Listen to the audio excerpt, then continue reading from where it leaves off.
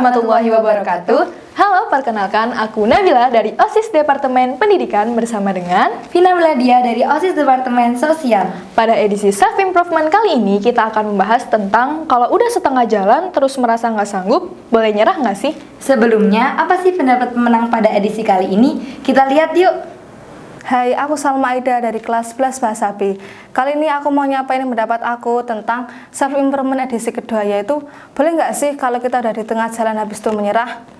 Jadi, sebuah perjalanan itu membutuhkan titik-titik pemberhentian. Nah, a perfect journey ini nggak dinilai dari hasilnya, tapi dari prosesnya. Mungkin kita butuh berhenti untuk pertama, mengevaluasi diri. Kedua, merenungkan kembali tujuan kita. Yang ketiga, mengistirahatkan diri kita dari sebuah perjalanan yang panjang. Jadi kita boleh-boleh aja nih berhenti, tapi nggak buat menyerah. Remember how hard you started when you wanna give up. Sekian. Nah, bener banget guys, dalam kondisi seperti ini seringkali kita sulit berpikir jernih, tidak tahu harus melakukan apa, terkadang timbul rasa pesimis, bahkan kehilangan harapan. Yang kita fokuskan dalam hal ini bukanlah menyerah, tetapi berhenti sejenak untuk mengevaluasi diri. Lalu, apa sih yang harus kita lakukan saat kita mengevaluasi diri? Yang harus kita lakukan saat kita mengevaluasi diri, yang pertama adalah menenangkan diri sendiri. Yang kedua, terapkan sugesti positif. Yang ketiga, kembangkan apa yang kalian punya. Yang keempat, kerjakan hal-hal yang kalian senangi. Yang kelima, jangan lari dari masalah. Yang keenam, bicarakan perasaan Anda dan ambil keputusan. Yang ketujuh, ikhlaskan untuk menerima kondisi yang tidak dapat diubah. Yang kedelapan, bersikap realistis. Yang kesembilan, mengubah sudut pandang. Dan yang paling terakhir, jangan lupa bersyukur guys. Karena bersyukur adalah salah satu cara untuk kita berterima kasih yang paling esensial. Maka, apapun kondisinya, jangan lupa bersyukur. Karena tuntutan di luar batas yang jika tidak terrealisasi, berpotensi melahirkan keputusasaan dapat dihindari. Kesimpulannya, boleh menyerah atau tidak adalah keputusan kalian. Tetapi selagi di tengah jalan menemukan alasan untuk tetap terus, kenapa enggak? Pendapat tersebut merupakan hasil konsultasi dengan guru BK MA Ali Maksum. Kepada Ibu Sri Sumiati, kami ucapkan terima kasih. Mungkin itu aja yang dapat kami sampaikan di edisi Self Improvement kali ini. Cukup sekian dan sampai jumpa di Self Improvement edisi ketiga. Dadah!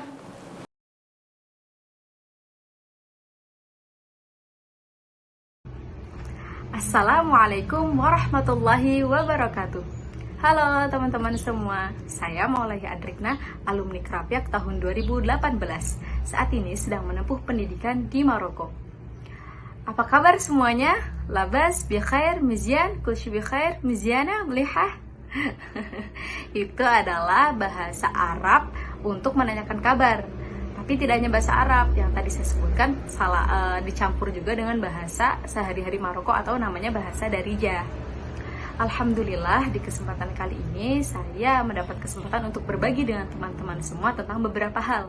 Yang pertama, motivasi dalam belajar.